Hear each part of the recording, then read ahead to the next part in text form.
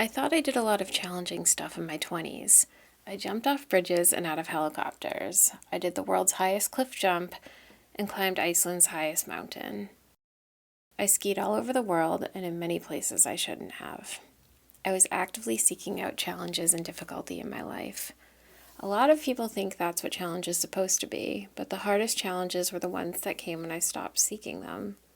The stuff that was considered normal and boring ends up being the real challenge, like getting married and having children. When I delivered my daughter, I thought I had just accomplished the hardest thing I'd ever do in my life. But then I had to feed her. When Violet was born, her nose got crunched on the way out, so she could only breathe out of her mouth for a few days. When she breathed, she made a pop, pop, pop noise that we thought was adorable. But this issue meant she couldn't nurse effectively because she couldn't eat and breathe at the same time. And since she couldn't nurse effectively in the first day or two of life, my milk supply didn't establish. After a few rounds of steroids in her nose, her issue cleared up. We were discharged from the hospital and quickly realized that we didn't know what to do. We were up all night trying to feed her, but it wasn't working. The next day, we visited a lactation consultant. My pregnancy hormones, my shocking life change, and my feelings of inadequacy left me in tears. In fact, my pediatrician asked how breastfeeding was going, and when I started crying, she did too.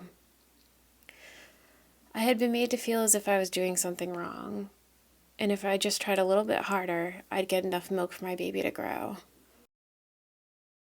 I tried everything: drinking beer, lactation cookies, cluster feeding, power pumping, and disgusting herbal concoctions called galactagogues.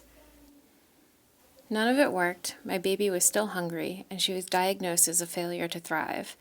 I was presented with my only option if I wanted to continue breastfeeding, which was supplementing with formula.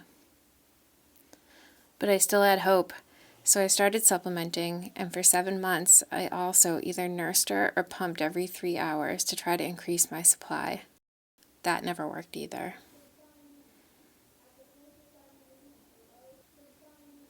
And I still felt guilty every single time I gave my baby formula.